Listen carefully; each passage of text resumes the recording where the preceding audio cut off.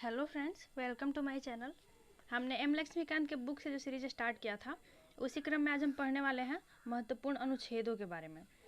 तो भारतीय संविधान में टोटल 395 अनुच्छेद है। तो एम लक्ष्मीकांत के बुक में एक चैप्टर है भारतीय संविधान की विशेषता। तो इसे हमने पढ़ लिया है पहले वीडियो में। तो इसी चैप्टर के लास्ट में बॉक्स बना के महत्वपूर्ण अनुच्छेदों के बारे में दिया है। तो आज हम उन्हें 395 अनुच्छेदों में से कुछ इंपॉर्टेंट अनुच्छेद पढ़ने वाले हैं। जो बॉक्स बना के बुक में दिया है उसमें सभी 395 अनुच्छेद के बारे में नहीं दिया है, उसमें कुछ कुछ इंपॉर्टेंट अनुच्छेद के बारे में ही दिया है।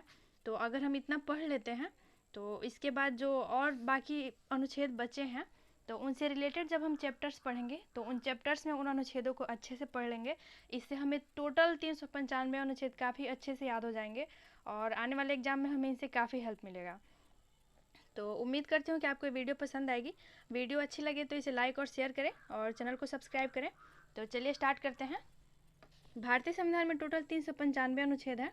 तो इनमें से कुछ इम्पोर्टेंट अनुच्छेद हम पढ़ने वाले हैं। तो इसका पहला है अनुच्छेद 1। तो अनुच्छेद 1 में है संघ के नाम और उनके राज्य क्षेत्र के बारे में। चाहे वो अनुच्छेद 1 हो या पहली अनुसूची हो या संविधान का पहला भाग हो, उन सब में बस यही आपको देखने को मिलेगा, संघ के नाम और उनके राज्य क्षेत्र। तो भारतीय संघ में 28 राज्य है और 8 केंद्र शासित प्रदेश हैं। तो उन सब के बारे में इस पहली अनुसूची में दिया गया है, इसे आप याद रखिएगा। नेक्स्ट है अनुच्छेद 3। तो देखिए बुक में अनुच्छेद 1 के बाद अनुच्छेद 3 दे दिया है, तो मैंने भी उसी तरह लिखा है। तो इस अनुच्छेद 2 भी है। तो अनुच्छेद 2 में क्या है, तो अनुच्छेद 2 में है कि भारत के राज्य क्षेत्र के बाहर, यानी कि जो भारतीय सीमा से बाहर के जो राज्य हैं, तो उनका भारतीय संघ में प्रवेश और उनकी स्थापना से संबंधित है अनुच्छेद 2। तो अनुच्छेद 2 में क्या है, तो इसमें है कि संसद विधि द्वारा ऐसे निबंधनों एवं शर्तों पर जिसे वह ठीक समझे संघ में नए राज्यों का प्रवेश या उनकी स्थापना करेगी। यानी कि भारत के राज्य क्षेत्र के बाहर के जो राज्य हैं उनकी स्थापना और प्रवेश का प्रावधान कहाँ है, तो उसका प्रावधान है अनुच्छेद 2 में। नेक्स्ट है अनुच्छेद 3। तो इसमें क्या है, तो नए राज्यों का निर्माण और वर्तमान राज्यों के क्षेत्रों, सीमाओं या नामों में परिवर्तन। तो इसमें जो नए राज्यों के निर्माण का प्रावधान दिया गया है, यह भारतीय राज्य क्षेत्र में जो राज्य हैं, यानी कि जो 28 राज्य हैं और 8 यूटी हैं, उनके सीमाओं में जो परिवर्तन या उनके नाम में परिवर्तन का प्रावधान है वह है अनुच्छेद 3 में। नेक्स्ट है अनुच्छेद 13। अब देखिए अनुच्छेद 3 के बाद यहाँ पे डायरेक्ट अनुच्छेद 13 कर दिया है। तो इससे पहले है अनुच्छेद 4, इसे हम देख लेते हैं।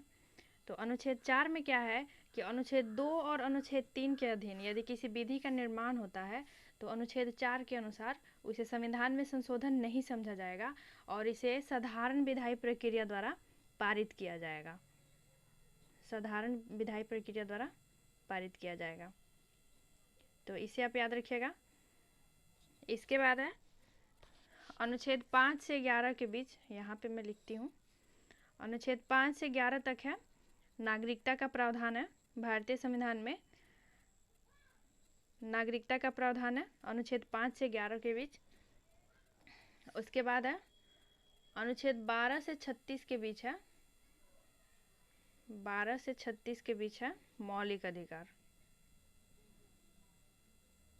मौलिक अधिकार। तो जब हम इन सब चैप्टर्स को पढ़ेंगे तो इन सारे अनुच्छेदों को पढ़ेंगे। तो अभी इसमें जो भारतीय संविधान की विशेषता वाला चैप्टर है उसमें लास्ट में जो बॉक्स बना के दिया है इम्पोर्टेंट अनुच्छेदों के बारे में, तो अभी हम उसे पढ़ रहे हैं। तो मैंने सिर्फ उसे ही नोट किया है जो उसमें दिया है, बुक में जो दिया है मैंने सिर्फ उसे ही नोट किया है। तो अनुच्छेद 13 में क्या है, अनुच्छेद 13 में है मूल अधिकारों को असंगत या उनका अल्पीकरण करने वाली विधियाँ। तो मूल अधिकारों को असंगत या उनका अल्पीकरण करने वाली जो विधियाँ हैं वो कहाँ है, तो वो अनुच्छेद 13 के अंतर्गत है। नेक्स्ट है अनुच्छेद 14। तो इसमें है विधि के समक्ष समानता। तो अनुच्छेद 14 से 18 के बीच है, अनुच्छेद 14 से 18 के बीच है समानता का अधिकार। मौलिक अधिकार कहाँ से कहाँ तक है, तो 12 से 36 के बीच है मौलिक अधिकार। तो उसमें अनुच्छेद जो 14 है उसमें है विधि के समक्ष समानता, और 14 से 18 के बीच है तो विधि के समक्ष समानता है। अनुच्छेद 15 में है कि राज्य धर्म, मूल, वंश, लिंग, जाति आदि के आधार पर अपने नागरिकों में भेदभाव नहीं करेगा, इसका प्रावधान है।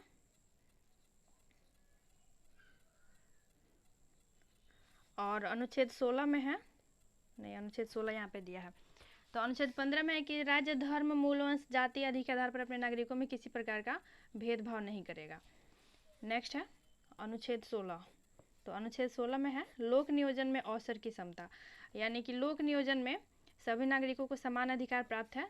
इसमें सभी नागरिकों को समान अवसर मिलेगा, इसमें अवसर की समानता है और इसमें किसी प्रकार का कोई भेदभाव नहीं किया जाएगा राज्य के द्वारा।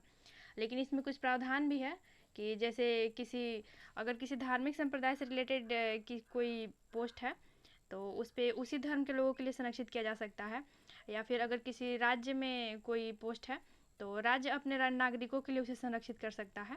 तो ये जब हम पढ़ेंगे मौलिक अधिकार तो इसे विस्तार से पढ़ेंगे, अभी बस ओवरऑल देख लेते हैं एक नज़र जो दिया है इसमें भारतीय संविधान की विशेषताओं वाले चैप्टर में जो दिया है इम्पोर्टेंट अनुच्छेदों के बारे में, उसे एक बार हम देख लेते हैं।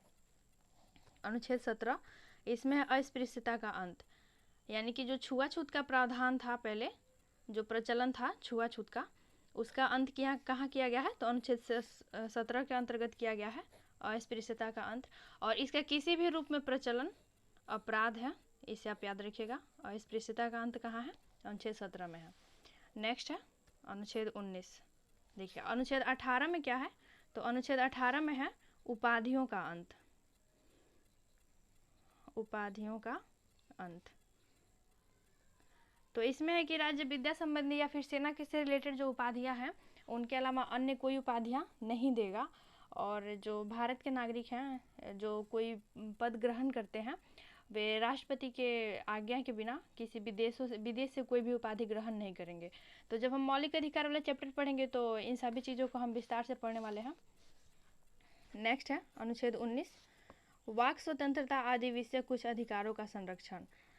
तो इसमें है अभिव्यक्ति की स्वतंत्रता का प्रावधान कहाँ है, अनुच्छेद 19 में। वाक स्वतंत्रता आदि विषय कुछ अधिकारों का संरक्षण, अभिव्यक्ति की स्वतंत्रता अनुच्छेद 19 में। तो इसमें भी अनुच्छेद 19 में भी इसके कुछ भाग हैं, जैसे क ख ग घ करके दिया है। तो इसके क में है कि बोलने की स्वतंत्रता, अभिव्यक्ति की स्वतंत्रता। इसके ख में है शांतिपूर्वक एकत्रित होने की स्वतंत्रता, शांतिपूर्वक एकत्रित होने की स्वतंत्रता। और इसके ग में है सभा या समिति बनाने की स्वतंत्रता, सभा समिति बनाने की स्वतंत्रता। और इसके घ में है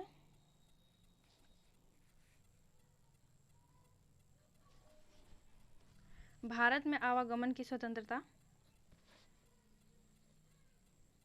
यानी कि कहीं भी आने जाने पे किसी प्रकार का कोई रोक टोक नहीं है, तो आवागमन की स्वतंत्रता है। इसका अंग है यानी कि 5 है, उसमें है भारत में निवास की स्वतंत्रता। तो कोई व्यक्ति भारत में कहीं भी निवास कर सकता है, इसमें इस पर कोई प्रतिबंध नहीं है, भारत में निवास की स्वतंत्रता।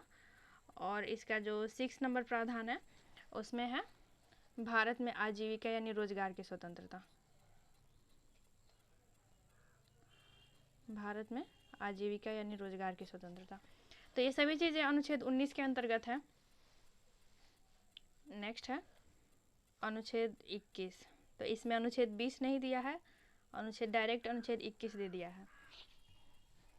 तो अनुच्छेद 20 में क्या है, तो अनुच्छेद 20 में है कि अपराध की दोष सिद्धि के संबंध में संरक्षण, यानी कि अगर कोई व्यक्ति कोई अपराध करता है तो उसके दोष सिद्धि के संबंध में संरक्षण है, जैसे कि उसे खुद के विरुद्ध गवाही देने के लिए बाध्य नहीं किया जाएगा और एक अपराध के लिए एक ही बार सजा दिया जाएगा। ये सभी चीज़ें अनुच्छेद 20 में है। नेक्स्ट है अनुच्छेद 21। तो इसमें है प्राण और दैहिक स्वतंत्रता, और इसे क्या है, जीवन का अधिकार, जीवन का अधिकार भी इसी के अंतर्गत है। तो इसे आप याद रखिएगा, जीवन का अधिकार। नेक्स्ट है अनुच्छेद 21 का क। तो इसमें है प्राथमिक शिक्षा का अधिकार। तो इसमें अनुच्छेद 21 के क में है प्राथमिक शिक्षा का अधिकार, यानी कि अनुच्छेद 21 के अंतर्गत 6 से 14 वर्ष के बच्चों के लिए निःशुल्क और अनिवार्य शिक्षा का प्रावधान है। निःशुल्क एवं अनिवार्य शिक्षा।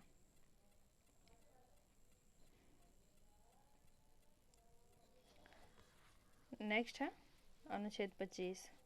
तो देखिए अनुच्छेद 22 इसमें नहीं दिया है और डायरेक्ट 25 दे दिया है, 22, 23, 24 ये सब नहीं दिया है। तो अनुच्छेद 22 में क्या है इसे हम देख लेते हैं, बुक में नहीं दिया है बट इसे हम देख लेते हैं। ये सभी चीज़ें जब इनसे रिलेटेड हम चैप्टर्स पढ़ेंगे, जैसे कि मौलिक अधिकार हम पढ़ेंगे, ये सभी मौलिक अधिकार से रिलेटेड है। अनुच्छेद 12 से 36 के बीच जितने भी चीज़ें हैं वे सभी मौलिक अधिकार से संबंधित है।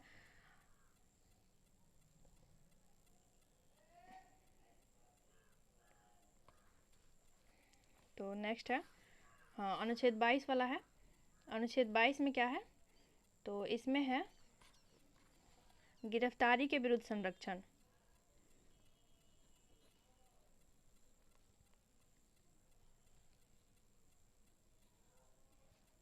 गिरफ्तारी के विरुद्ध संरक्षण कहाँ है, तो अनुच्छेद 22 में है। और अनुच्छेद 23 में है, अनुच्छेद 23 में है कि बंधुआ मजदूरी, बलात् श्रम आदि पर रोक लगाया गया है। तो ये सब कहाँ है, तो ये सब है अनुच्छेद 23 के अंतर्गत। और अनुच्छेद 24 में क्या है, तो अनुच्छेद 24 में है, अनुच्छेद 24 में है 14 वर्ष से कम उम्र के बच्चों के कहीं भी काम करने पर रोक लगाया गया है। कहाँ, तो अनुच्छेद 24 में। अनुच्छेद 24 में 14 वर्ष से कम उम्र के बच्चों के काम करने पर रोक लगाया गया है। नेक्स्ट है अनुच्छेद 25, अंतःकरण की और धर्म अबाध रूप से मानने, आचरण करने और प्रचार करने की स्वतंत्रता। तो अनुच्छेद 25 से 28 के बीच है, अनुच्छेद 25 से 28 के बीच धर्म की स्वतंत्रता का अधिकार है। और अनुच्छेद 25 में क्या है, तो अंतःकरण की और धर्म को अबाध रूप से मानने, आचरण करने और प्रचार करने की स्वतंत्रता है। नेक्स्ट है अनुच्छेद 30। तो अनुच्छेद 30 क्या है, तो देखिए अनुच्छेद 29 से 30 के बीच है, यह अल्पसंख्यकों से संबंधित है। अनुच्छेद 29-30। अनुच्छेद 25 से 28 धार्मिक स्वतंत्रता के अधिकार से संबंधित है और अनुच्छेद 29-30 अल्पसंख्यकों के अधिकार से संबंधित है। तो अनुच्छेद 29 में है कि अल्पसंख्यकों के हितों का संरक्षण। अनुच्छेद 29 में है कि अल्पसंख्यकों के हितों का संरक्षण।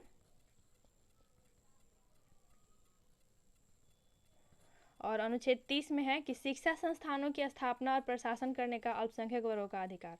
तो अल्पसंख्यक वर्गों को अपने शिक्षा संस्थानों की स्थापना करने और उनको संचालित करने का अधिकार है किसके अंतर्गत, तो अनुच्छेद 30 के अंतर्गत है। नेक्स्ट है अनुच्छेद 32। तो अनुच्छेद 32 के अंतर्गत है मौलिक अधिकारों को प्रवर्तित करने के लिए रिट सहित उपचार। तो इसके अंतर्गत सुप्रीम कोर्ट और हाई कोर्ट हाई कोर्ट तो जारी करता है अनुच्छेद 226 के तहत, लेकिन इसमें 5 प्रकार के रिट दिए गए हैं जिसे सुप्रीम कोर्ट जारी करता है।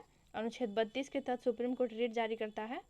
और यदि किसी व्यक्ति का अधिकारों का हनन होता है तो वह अनुच्छेद 32 के तहत न्यायालय के शरण में जा सकता है और सुप्रीम कोर्ट 5 प्रकार के रिट जारी करता है, इसे आप याद रखिएगा। और BR अम्बेडकर ने, यानी कि भीमराव अम्बेडकर ने अनुच्छेद 32 को संविधान की आत्मा कहा था, इसे भी आप याद रखिएगा, भारतीय संविधान की आत्मा। तो दो तरह का क्वेश्चन आता है, एक क्या है कि भारतीय संविधान की आत्मा किसे कहा जाता है, तो वह प्रस्तावना को कहा जाता है।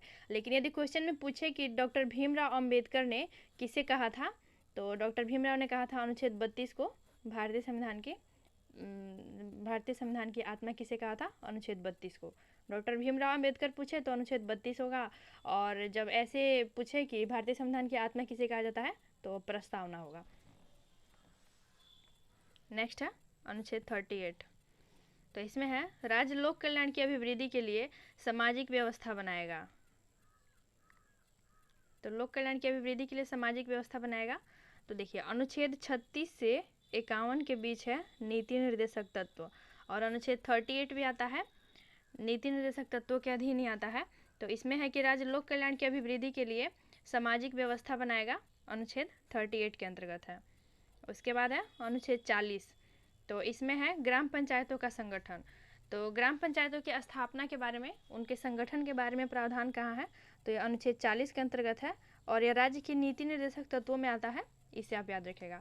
तो इन सारे चैप्टर्स को जब हम पढ़ेंगे तो इन सभी चीज़ों को हम विस्तार से पढ़ने वाले हैं, जैसे कि मौलिक अधिकार वाला चैप्टर हो गया, मूल कर्तव्य वाला चैप्टर हो गया, नीति निर्देशक तत्वों का चैप्टर हो गया। तो इन सभी को जब हम पढ़ेंगे तो इनमें जो अनुच्छेद दिए हैं पूरे विस्तार से हम उन्हें पढ़ने वाले हैं। तो अभी ओवरऑल हम एक बार देख लेते हैं इन सबको। नेक्स्ट है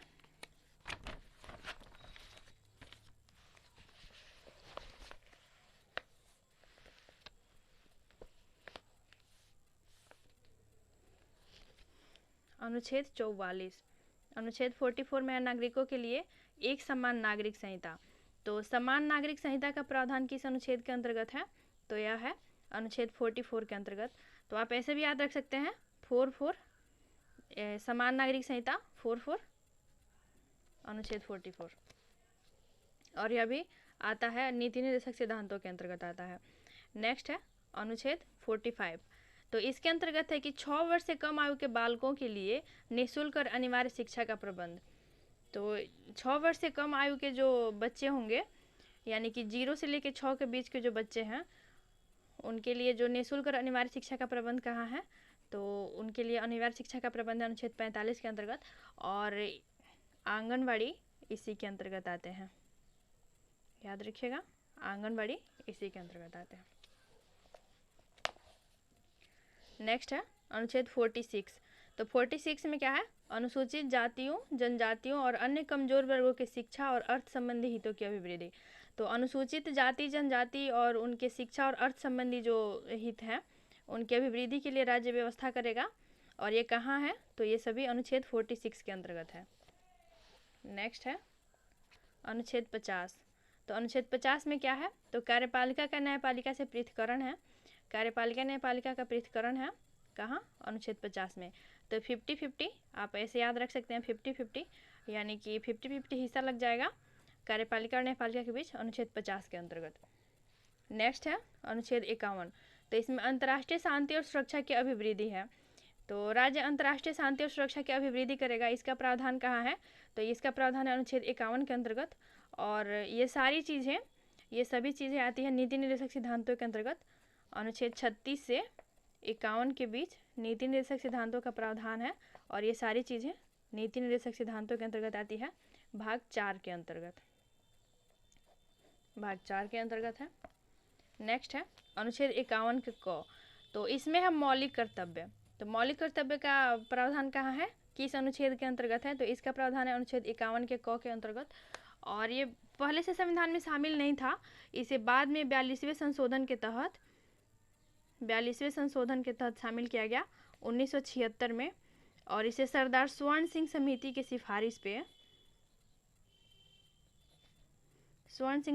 सिफारिश पे इसे शामिल किया गया भारतीय संविधान में। और इसे किस देश के संविधान से लिया गया है, तो इसे लिया गया है पूर्व सोवियत संघ के संविधान से, इसे भी आप याद रखिएगा।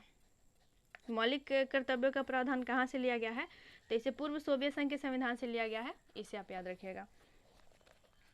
नेक्स्ट है अनुच्छेद 52। तो देखिए अनुच्छेद 52 से शुरू होता है, राष्ट्रपति से रिलेटेड 52, 53 ये सभी राष्ट्रपति से रिलेटेड अनुच्छेद है। तो चलिए इन्हें देख लेते हैं। अनुच्छेद 52, इसमें है राष्ट्रपति का पद।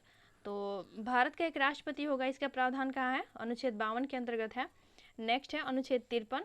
तो इसमें राष्ट्रपति की शक्ति एवं कार्यों का वर्णन है। तो राष्ट्रपति की शक्ति एवं कार्यों का वर्णन कहाँ है, तो इसका प्रावधान है अनुच्छेद 53 के अंतर्गत। नेक्स्ट है अनुच्छेद 54। तो इसमें राष्ट्रपति के निर्वाचन से संबंधित प्रावधान है। ये सारे अनुच्छेद राष्ट्रपति से संबंधित है, इसे आप याद रखिएगा। तो अनुच्छेद 54 में है राष्ट्रपति के निर्वाचन से संबंधित प्रावधान है कि उनका निर्वाचन एक निर्वाचक मंडल द्वारा होगा, और उनका निर्वाचन समान अनुपातिक प्रतिनिधित्व प्रणाली और एकल संक्रमणीय मत प्रणाली द्वारा होगा, इसे भी आप याद रखिएगा। तो इन सारी चीज़ों का प्रावधान कहाँ है, तो इन सारी चीज़ों का प्रावधान है अनुच्छेद 54 के अंतर्गत। नेक्स्ट है अनुच्छेद 61। तो इसमें है राष्ट्रपति पर महाभियोग की जो प्रक्रिया है वह कहाँ है, अनुच्छेद 61 के अंतर्गत। तो राष्ट्रपति पे महाभियोग कैसे लगाया जाएगा, किन परिस्थितियों में लगाया जाएगा, वे सारी चीज़ें अनुच्छेद 61 में वर्णित है। नेक्स्ट है अनुच्छेद 72। तो अनुच्छेद 72 में है राष्ट्रपति की क्षमादान की शक्ति। तो कुछ विशेष परिस्थितियों में राष्ट्रपति क्षमादान प्रदान करते हैं। तो राष्ट्रपति की क्षमादान की शक्ति का वर्णन कहाँ है, अनुच्छेद 72 के अंतर्गत है। नेक्स्ट है अनुच्छेद 85। तो अनुच्छेद 85 में है लोकसभा का विघटन, सत्र बुलाने और सत्रावसान करने की शक्ति। और ये सारी शक्तियाँ किसकी है, तो ये शक्तियाँ निहित है राष्ट्रपति में। तो भारत के राष्ट्रपति में अनुच्छेद 85 के तहत भारत के राष्ट्रपति लोकसभा का विघटन कर सकते हैं और लोकसभा का सत्र बुला सकते हैं और उसका सत्रावसान कर सकते हैं। ये सारी चीज़ें शामिल है अनुच्छेद 85 के अंतर्गत। नेक्स्ट है अनुच्छेद 74। तो ये राष्ट्रपति से रिलेटेड था, तो इसीलिए मैंने इसको थोड़ा यहीं पे लिख दिया था और यहाँ पे 74 है। तो अनुच्छेद 74 में है राष्ट्रपति को सहायता और सलाह देने के लिए मंत्रिपरिषद, यानी कि मंत्रिपरिषद के गठन का प्रावधान कहाँ है, तो मंत्रिपरिषद का गठन किस अनुच्छेद के अंतर्गत किया जाएगा, वह किया जाएगा अनुच्छेद 74 के अंतर्गत। और इसका गठन क्यों होगा, तो राष्ट्रपति की सहायता और सलाह देने के लिए मंत्रिपरिषद के गठन का प्रावधान है अनुच्छेद 74 के अंतर्गत। नेक्स्ट है अनुच्छेद 78। तो अनुच्छेद 78 में है राष्ट्रपति को जानकारी देने के संबंध में प्रधानमंत्री के कर्तव्य। तो जो मंत्रिपरिषद का गठन होगा उस मंत्रिपरिषद के हेड कौन होंगे, तो उसके हेड होंगे प्रधानमंत्री। और इनका कर्तव्य क्या है, तो राष्ट्रपति को जानकारी देने का जो इनका कर्तव्य है उसके बारे में वर्णन है अनुच्छेद 78 में। नेक्स्ट है अनुच्छेद 79। तो इसमें संसदीय व्यवस्था का वर्णन कहाँ किया गया है, अनुच्छेद 79 में है। और अनुच्छेद 80 में है राज्यसभा का वर्णन कहाँ है, अनुच्छेद 80 में है। और राज्यसभा के गठन, उसका कितने सदस्य हैं, ये सारी चीज़ें अनुच्छेद 80 के अंतर्गत है। और 81 में है लोकसभा। तो लोकसभा का वर्णन कहाँ है, अनुच्छेद 81 के अंतर्गत है। तो हम इससे आगे अनुच्छेद 80 से आगे हम पढ़ने वाले हैं कल के वीडियो में। तो उम्मीद करती हूँ कि आपको ये वीडियो पसंद आएगी। इसमें सारे अनुच्छेद तो नहीं दिए गए हैं, कुछ इंपॉर्टेंट दिए गए हैं जिसे मैंने नोट किया है, बुक में जो दिया है वही मैंने नोट किया है। और जब उनसे रिलेटेड हम चैप्टर्स पढ़ेंगे तो उन चैप्टर्स में उन सारे अनुच्छेदों को विस्तार से पढ़ने वाले हैं। तो इस तरह अगर हम अभी इतना अनुच्छेद याद कर लेते हैं और जब चैप्टर्स पढ़ेंगे तो उनमें जो अनुच्छेद दिए हैं गए हैं उन्हें हम याद करेंगे, तो इस तरह हमें पूरे 395 अनुच्छेद है वे सभी हमें याद हो जाएंगे। तो उम्मीद करती हूँ कि आपको वीडियो पसंद आई होगी। वीडियो अच्छी लगे तो इसे लाइक और शेयर करें और चैनल को सब्सक्राइब करें। तो मिलते हैं नेक्स्ट वीडियो में। Thank you so much.